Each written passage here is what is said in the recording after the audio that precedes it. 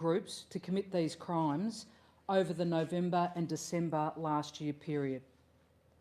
This morning, detectives from the Arson and Explosives Squad have arrested 2 people in Pakenham in relation to the Lux nightclub fire on Chapel Street in November last year.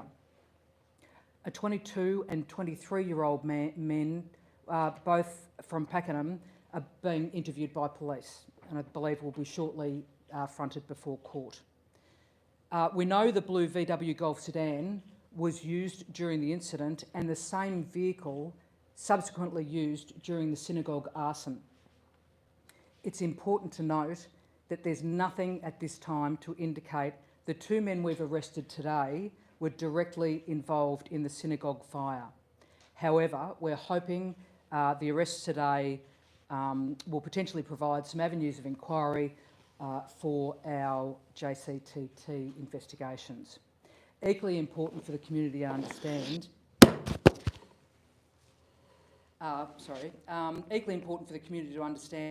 is the Lux nightclub arson is not being investigated as a politically motivated crime. It is being managed by the Crime Command. This brings me to the arson attack at the synagogue in Glenora Avenue, Ripponlea, on the 6th of December 2024.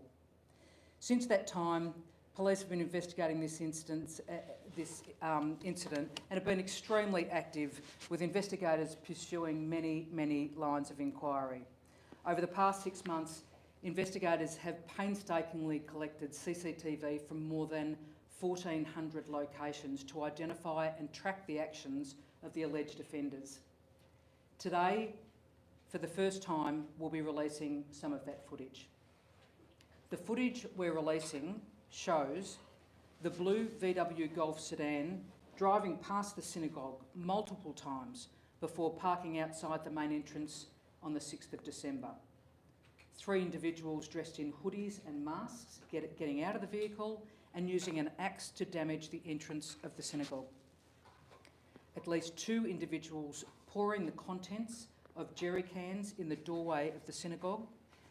Individuals making multiple trips to the Gulf to get more jerry cans, which were poured inside the synagogue before the liquid was ignited.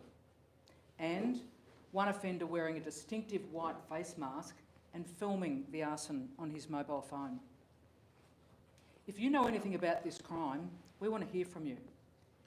If you know anything about the blue VW Golf sedan, we want you to tell us what you know. If you know the identity of the people depicted in the footage, or you're one of the people in the footage, we'd like you to contact us. We're also asking the public for any dashcam footage of between 3 a.m. and 6 a.m. on the 6th of December that captures the blue VW Golf sedan. In particular, we're requesting footage travelling to the city from the northern suburbs using CityLink before 3:30 a.m. that morning, or travelling outbound on the Westgate or Western Ring Road after 4:30 a.m. We're also seeking information about the purchase of 5 red 20-litre fuel jerry cans from a Bunnings warehouse store, and the purchase of 100 litres of petrol just before the 6th of December. Police believe this is something that would have stood out to people and quite unusual for any witnesses, and we're keen to speak to anybody who has further information about this. I want to reassure Victorians, particularly those in the Jewish community, we will remain fully committed to finding those responsible for this act, this crime, and holding those offenders to account. This was a deliberate act which left people across the Victorian community feeling shocked, saddened, and rightly concerned. I understand it can be difficult when these matters take time to investigate, but make no mistake, this investigation remains a key priority for both Victoria Police and the Australian Federal Police, and we're dedicated to bringing it to a successful conclusion as soon as possible. I'll now hand over to Assistant Commissioner Stephen Nutt from the AFP. Thank you, AC Walsh. Good afternoon, everyone. As introduced, I'm Stephen Nutt, the Assistant Commissioner for Counterterrorism and Special Investigations in the AFP. Today I'll provide some updates on the Victorian Joint Counterterrorism Team investigation into the Adass Israel Synagogue attack. Today the JCTT will also release, as already mentioned, the CCTV footage showing some critical moments of the crime. This investigation remains a terrorism investigation. We will continue to investigate it as a politically motivated attack on the Jewish community. This arson was an anti-Semitic crime. To set alight a synagogue is to strike at the heart of the Jewish community. But if the purpose of this arson was to weaken the resolve of the Jewish community, my observation is it hasn't worked. In fact, what I've witnessed in the last few months is the opposite. I see a resilient Jewish community who stare down hatred and stand up for their values and beliefs. And on the CCTV footage we're releasing today, you will see the opposite. Cowards who cover their faces, who carry out an attack on a place of worship. Operation Hillfield is the name of the investigation. It's complex and lengthy, as AC Walsh has already described. There will be questions we will not be able to answer today, so we can protect the evidence we have. I know many Australians want answers, and some of these will come out, but our priority at this stage is firmly focused on bringing these individuals before the court. What we can say is that we believe the individuals are responsible for the synagogue arson attack are also involved in other serious criminal activity in Victoria.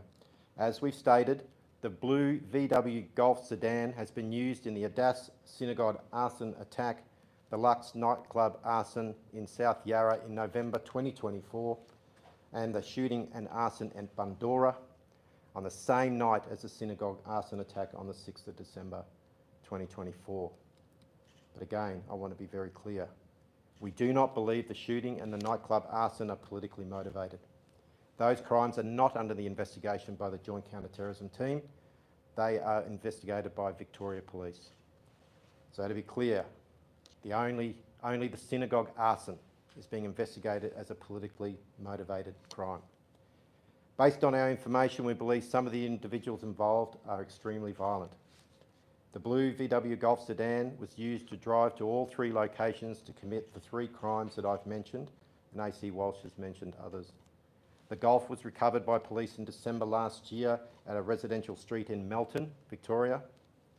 Investigators have painstakingly identified and analysed CCTV footage collected from more than 1,400 locations to identify and track the actions of the offenders.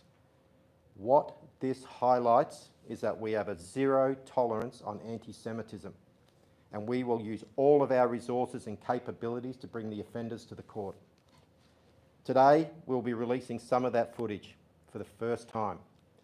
The public is asked to contact Crime Stoppers on 1800 333 000 or the National Security Hotline on 1800 123 400 if they recognise or have knowledge of the individuals in the images or know anyone who has had access to the stolen car, the VW Golf, around those dates or those dates of those offences. For the offenders out there, I remind you that the penalty for terrorism is life imprisonment. It's just a matter of time before police knock on your door. It is in your interests to come forward now. To the family and friends of these offenders, you know or suspect what they have done. They do not deserve your protection for what they have done to our community. Also, you will know if you have used that VW Blue Golf. You may now be forensically linked to a terrorism investigation. Please come forward now, explain what you know. This is not a normal crime, and this is why it is being investigated by the Joint Counterterrorism Team with the full force and capability of the Victoria Police, the Australian Federal Police and ASIO. Do not stay silent, come forward. The JCTT is leaving no stone unturned in this investigation, and I really want to thank the Jewish community for their assistance and their patience. We also thank the Victorian community for their assistance through the provision of the CCTV and information to the investigation today. Thank you. Now I open up for questions. We've already outlined that we had a painstaking collection of CCTV and we want to have a complete picture and to give an update to the community. There's the picture you had the first few days of investigation. Why wait to today? Again, we wanted to have an extensive collection of the evidence available and also track where the vehicle and therefore the offenders went across Melbourne. With regards to the synagogue fire, do police believe it was commissioned, and if so, do you think it was coming from overseas? We're not going to make any comment on that at this time. Part of the ongoing investigation. The focus of today is obviously the release of the CCTV footage and the seek of information from the public. So at this stage, though, have you ruled out a hostile foreign actor or an extremist for commissioning the synagogue attack? Thank you. What I can say is that we have no evidence of a state actor involvement or terrorist organisation being involved in this offence. How many persons of interest do you have? We have a new... Sorry, Tess. We have a number of persons of interest. We've obviously got the 3 that have carried out the actual attack. As AC Walsh, there are other individuals in supporting those 3 through the acquisition of petrol and jerry cans. So there's a broad number of individuals. Have you been able to gather any linked across all of these crimes? Is there a possibility that the 2 people that were arrested from Pakenham may potentially, one being directly linked to the synagogue fire, that they could know who they are? There's every chance they could know who they are. The use of the car by a group of we've called it a communal crime car. Clearly, over the period of time across when it was stolen late November and it was stolen early November through to when it was recovered in December. It's been used by a range of different groups and individuals, so in various different crimes. So what we're saying is that there could be links. At the moment, the Lux nightclub, the 2 arrested for the Lux nightclub, there's no evidence to suggest that they're responsible for the synagogue fire. But can I just add on there? As I mentioned in my opening statement, however, those individuals who've used that car could be forensically linked to a terrorist organisation. So it's in their best interest to come forward with what they know about that vehicle and others who've used that vehicle. So are police linking the synagogue and the Lux nightclub fires together, or are they treating the car as a common thing?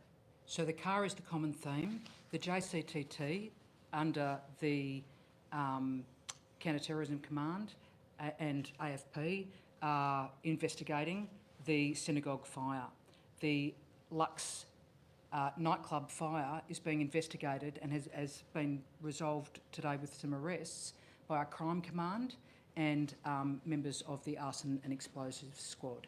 So early days we were very open about the possibility that they may well be together, they may well be investigated together, but the links were exclusive to the car at this point in time. Have you so far been able to question those 2 individuals associated with the Lux nightclub about any links to what happened at the Lux? So they were interviewed today, and given they're before the court, we probably won't make any further comment on that. Were they cooperating with police?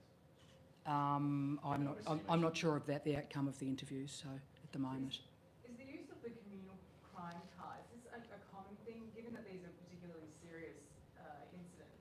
it's fairly new. I've been in crime for many years, and this sort of usage of a vehicle is relatively new, but not unknown. Was the Mountain address the assistance? Was the Mountain address of any assistance to you? No. On the use of the car, is it understood that the person who might have been directing its use could be linked to all of these particular crimes, or is it the car merely passed from one group to another? Can you help us understand how that happens? I can add, as I outlined earlier, there is a number of people as part of the investigation who have different roles. Obviously, the person who managed the car is a person of interest in the investigation, but that doesn't necessarily translate that they're involved directly into the arson attack. Again, the call out, if you use the car, it could be forensically linked to a terrorism investigation, you need to come forward and explain what you know. Does the people with the CCTV in the Lux nightclub and the CCTV in the synagogue fire, are there any similarities? Is there a potential that it could be the same individuals in the CCTV for Lux nightclub and for the synagogue fire? At the moment, we have them as separate individuals, and they've been investigated separately. If we were to make a link, then we would have brought them together and investigated them together. So from all the vision you've been able to obtain from the synagogue fire, have you been able to narrow down the ages potentially? I guess it's we can all view it. It's difficult to put an age or any other descriptor on them. People will make their own assumptions. They are carrying 20-litre fuel cans with relative ease, so that I guess in and of itself would lend itself to, you know, perhaps a younger person, but we just don't know. That's we're just speculating. So from the vision, what differentiates, I guess, all of the attacks from the Lux nightclub to the synagogue attack? What makes you think that they're not connected? Is it something that they look like, they're different? Well, from the vision, Yeah. we can see that there's no crossover between the Lux nightclub and also the synagogue arson attack. The only link at this particular juncture on the investigation is the vehicle. We obviously keep an open mind, and we're working closely, as AC Walsh has already said, with the arson investigation squad for any link, but at this stage the only link is the vehicle. Given that there's same car, different individuals, is there then a chance, considering it appears that this vehicle is being used by multiple individuals, that there's maybe a common theme in terms of organisation or group? I guess we're open to that. We're open to that, yeah. That person of interest who may be managing the car, are they linked to organised crime in Victoria? What we can say is that those who use the car are criminal associates, Does the man who manages including the man. organised crime? We're saying that they're criminal associates. Is there a chance that given if this was a communal crime car, that there could be a lot of people that have used this vehicle, you know, if they are all working, for use of a better word, for the same group? Given the range of offences and the volume of offences, certainly leading up to Lux nightclub, 4 or 5 petrol thefts and aggravated burglaries. You know, this car's been on high rotation for a range of serious crimes, including the Bundoora one, not long prior to the attack. So I believe in terms at this stage that extremists are starting to outsource jobs like this to organised criminals? I can say that from a national security perspective, the AFP's been on record, the Commissioner of the AFP's on record around crime as a service. This is something that we're always mindful of. I wouldn't go as far as that in this investigation. This is very much an open line of inquiry, and again, the focus is on the individuals who are carrying out the attack. Are you saying that you know who the person who managed that communal car is? Is that a person that's known to you now?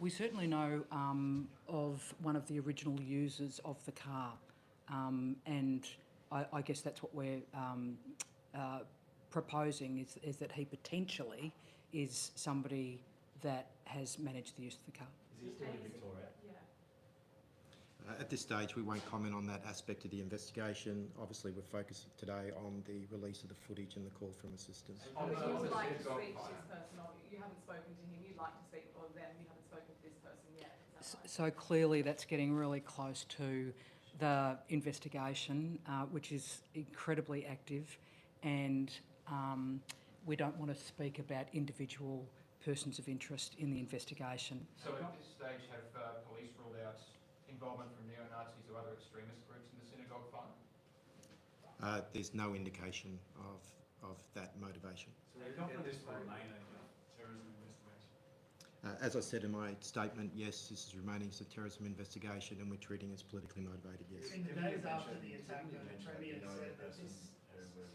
you mentioned that you know the person who was potentially starting out as the,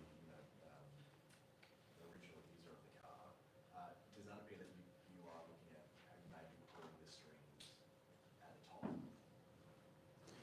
Of course, we're looking at all aspects of the investigations, all those involved, and I've already mentioned that there's a number of individuals that are involved in assisting the 3 persons that carried out the attack. So we're keeping an open mind on that aspect of the investigation. When we go to question. Just go back to what the Premier said in the days after this attack. She said it had been confirmed as a terrorist attack. Is that how you would describe it today, given everything you've said, including that there was no suggestion that extremist groups were? What I said is that we are treating it as a terrorism investigation, and we're continuing to investigate its politically motivated violence. At this stage, we have not determined that this is a terrorist act.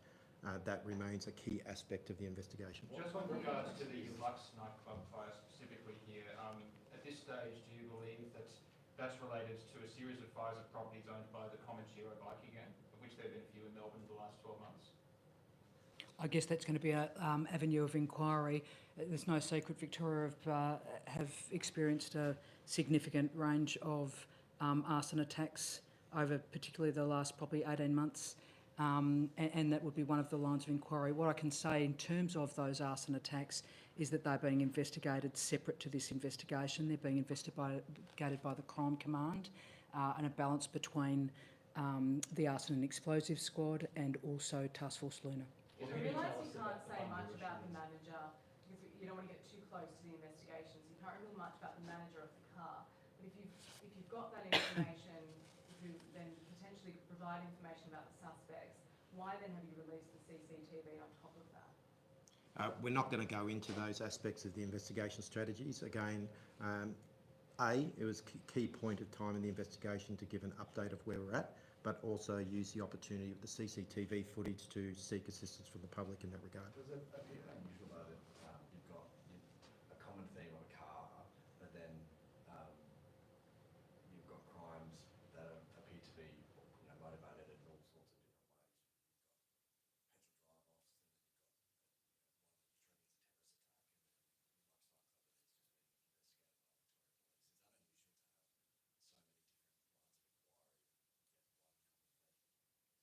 Oh, most certainly. I mean, the usage of the car is in criminal enterprise is quite significant. It's not unheard of, as I said, but it's quite nuanced in this investigation because they are different types of crime, from petrol theft through to these violent arson attacks. And I just want to clarify there, we said we're investigating as terrorism, but we have not determined that it's a terrorist attack. You use that term. I just wanted to clarify that. What can you tell us about the drive-by photograph? So several hours prior to the synagogue attack, the car was sighted at an address in Bundoora whereby a number of shots were fired towards the house, and a vehicle in the driveway at Bundoora was set on fire shortly after the car left the scene, and then turned up several hours later at the synagogue. Given that happened on the same night, does it appear that they're the same individuals that could be involved in the Bundoora incident? It's possible, but we just need to keep an open mind about the number of people that have been through that car. You mentioned at the synagogue one of the suspects took a video recording of what happened. Have you seen that footage? Have you seen evidence that has been distributed online? And can you speculate perhaps, or maybe entertain a reason or motive why somebody would record that? If I did that, it would be purely speculation, of course. You can see that the person is videoing the attack. We probably don't want to make any more comment other than it is a methodology, and we don't want to go into that in relation to this particular occurrence. What led police to seizing the vehicle in Melton in December last year? Was it a tip-off or? Go on. Yeah, obviously we identified it as part of our investigation, so the seizure is part of the investigation. Is there a chance that even if you find who is the common theme or the, I guess, kingpin, so to speak, of the car, that there's obviously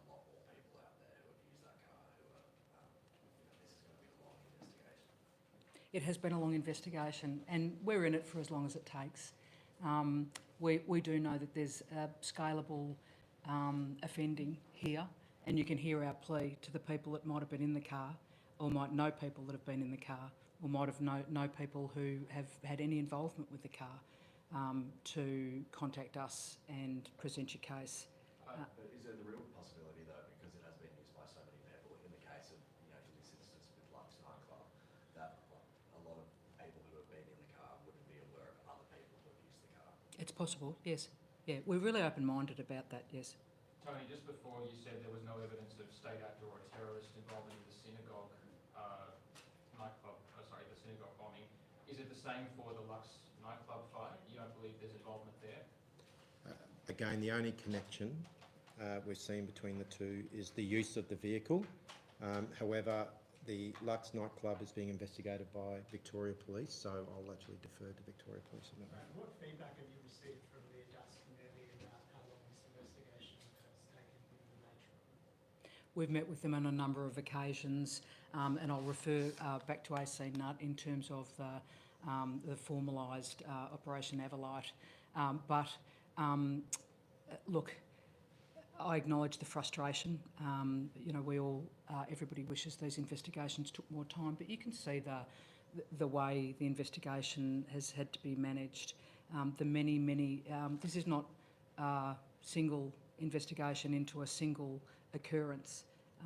The use of the cars led us to multiple different crimes, and they all take time to investigate and manage properly. So the timing of our operation, the timing of today, has been an important part of that. I can say we can acknowledge the Jewish community's patience in terms of having a result. What I can say to the Victorian community, the Australian community and the Jewish community is that we remain really determined and pretty positive about getting a successful resolution to this crime, and it's our intention to hold the offenders to account. Can I just circle back? So you haven't seen the footage that one of the suspects really recorded? We weren't making comment on that, but we do note that that's what appears to occur on the footage we've released today. So I just have last questions. I just will actually take the opportunity, based on your question around the Jewish community engagement, on the 9th of December, shortly after the Adass Israel Synagogue arson, we established Special Operation Avalite. Special Operation Avalite is focusing on anti-Semitism in Australia. We've been conducting that operation jointly with ASIO, working very closely with our state and territory partners as well. We've charged 7 people under that operation. We have 25 ongoing operations as well. It's of benefit to the community, and we've been engaging with the Jewish community on this. We are looking at those prolific anti-Semites, those who unfairly and unlawfully target the Jewish community in Australia, and we encourage the public, where they see anti-Semitism in this form, contact the National Security Hotline or contact the AFP, and we'll investigate. So to clarify, could either of these 5 bombings have been related to the ongoing tobacco wars in Victoria, or potentially directed by cars from us? We're not making any comments on any individuals at this stage. Thank you. Thanks, guys. Thank you.